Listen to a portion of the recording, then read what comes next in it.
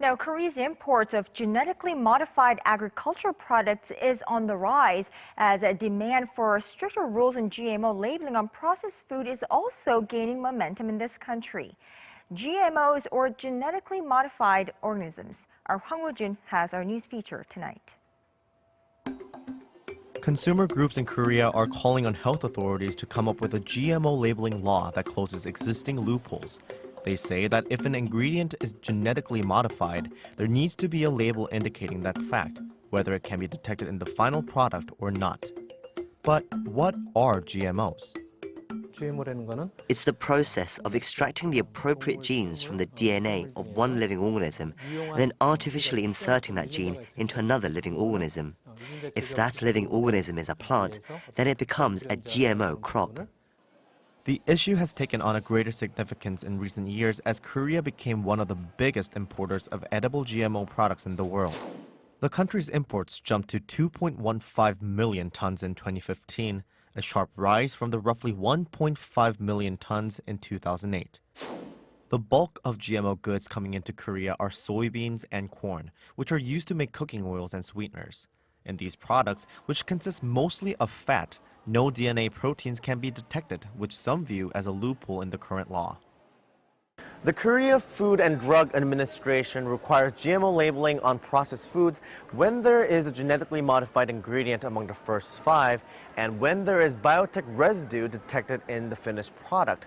So, for example, the main ingredient in canola oil is a genetically modified organism.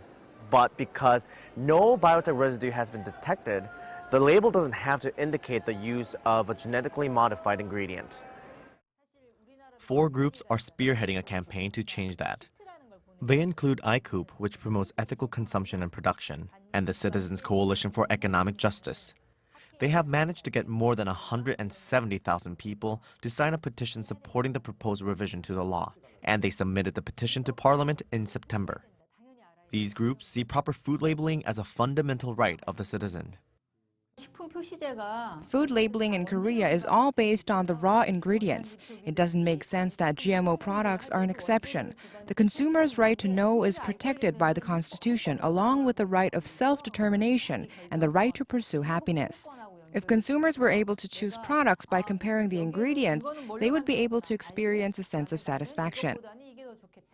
Along with imports, awareness of GMO ingredients has risen among consumers, and that could lead to change. Until now, the experts say food labeling has been centered on the needs of the government and big corporations, rather than ordinary people. The global trend is that labeling standards are becoming more consumer-oriented. Korea should follow that trend too, and frankly, it's not really a choice. Corporations and the government should put consumers first and provide information about GMOs. Consumer awareness had led to some voluntary changes in the market. Cooperative grocery stores popping up across the country selling natural and organic food products, and customers at the big retailers can also find products without genetically modified ingredients.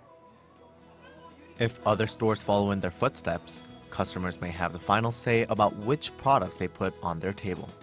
Hwang Hojun, Arirang News.